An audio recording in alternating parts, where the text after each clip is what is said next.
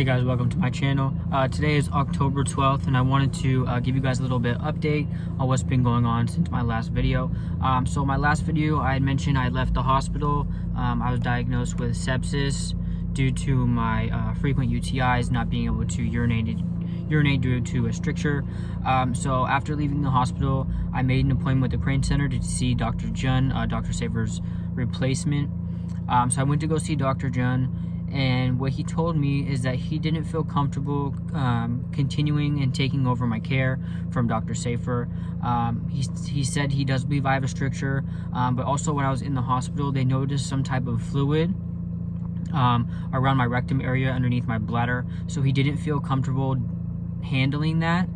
So he told me that he recommended to continue my care with Dr. Safer at Alliance Surgical in LA. So what I did, I reached out to Dr. Safer, and he looked at my CT scans from when I was in the hospital, and basically he thinks that where my urethra was, he believes that there was an area where it started to sag out and collect urine. Because when I couldn't urinate, and I was waiting to get a catheter in for about 8 hours, he believes that some of the urine was trying to get out, so it created like a little sac full of urine. So he believes that that is on my urethra, and he believes that he could take care of that. So we did schedule a surgery on October 25th. That's going to be a urethroplasty, and then he's also going to drain that fluid that he believes is in my urethra.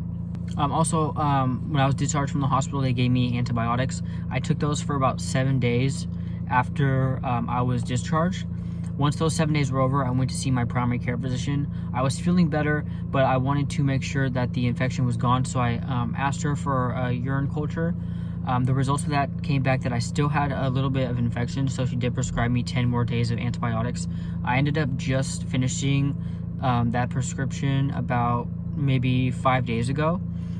I believe that a little bit of the infection could still be caused from having the same catheter that I had when I had the sepsis. I still have the same catheter, the same bag, so obviously I think it's contaminated. She said that the levels of infection were pretty low, so that's why I think that. I also had a urine culture the other day based on Dr. Safer's orders for my surgery.